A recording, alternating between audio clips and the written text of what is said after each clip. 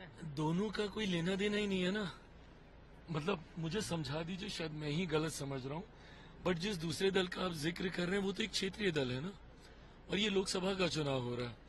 क्या उनकी पार्टी में से कोई प्रधानमंत्री पद का दावेदार बन चुका है, या उनकी पार्टी राष्ट्रीय स्तर की पार्टी की मान्यता प्राप्त कर चुकी है? भाई, आपकी एक बिहार की पार्टी है, उसमें भी 0 सांसद आपके लोकसभा में है, और आप मैनिफेस्टो निकाल रहे हैं।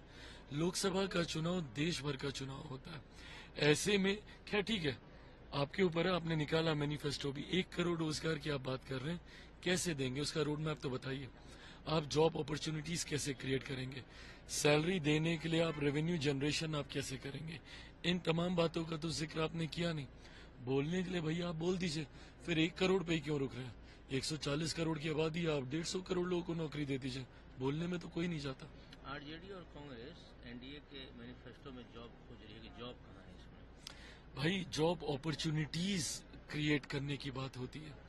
हम लोग भी गिनाने को संख्या गिना सकते थे, और देश भर में आज की तारीख में भारतीय जनता पार्टी दुनिया की सबसे बड़ी पार्टी है।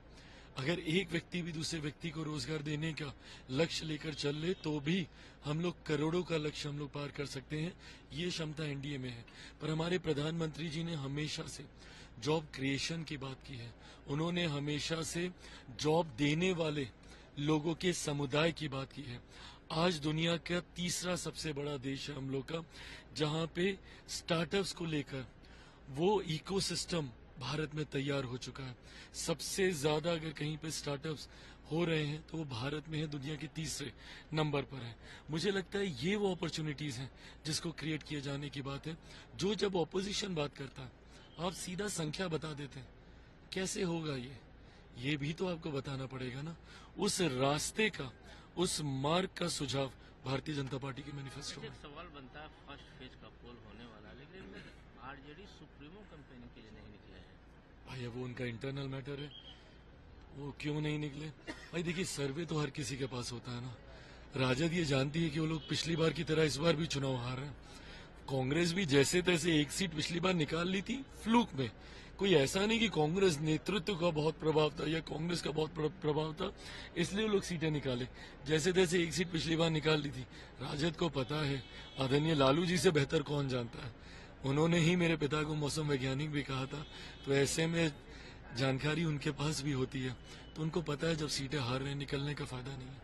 कैंपेनिंग कर रहे हैं, पिता की कमी खल रही है। स्वाभाविक है, हर स्तर पर उनकी कमी खलती है। पहली बार है, पहला मेरा लोकसभा का चुनाव। भाई, बहुत छोटी छोटी बातें हैं बट मायने रखती है। इंसान ही हूं ना, मुझे सिंबल देने वाला ही कोई नहीं है। अभी तक 14 का चुनाव लड़ा, 19 का चुनाव लड़ा, मेरे पिता उस वक्त राष्ट्रीय अध्यक्ष थे, वो मुझे सिंबल देते थे। अब तो अपनी पार्टी का राष्ट्रीय अध्यक्ष भी मैं ही हूँ, तो मुझे कौन सिंबल देगा। चिराग पासवान रामविलास पासवान का रिकॉर्ड तोड़ेंगे हाजीपुर से? भाई, अब मैं रिकॉर्ड के लिए मैं चुनाव नहीं लड़ रहा, जनता के प्यार आशीर्वाद को पाने के लिए लड़ रहा हूँ। ये उम्मीद जरूर है कि जैसे पापा को प्यार मिला वही प्यार मुझे भी मिला। जनता का मूड क्या है? एक तरफा है, 40 की 40 अनडाउटेडली। 4 जून को रिजल्ट आएगा, एक तरफा। और इस बार आप मार्जिन देखिएगा, जीत का मार्जिन इस बार बहुत बढ़ेगा। मतलब ये जो हम लोग का सर्वे और इंटरनल रिपोर्ट्स, जमीन पे हूँ, घूम रहा हूँ सारी जगह, इस बार हर सीट पे हम लोग का मार्जिन बहुत बढ़ेगा।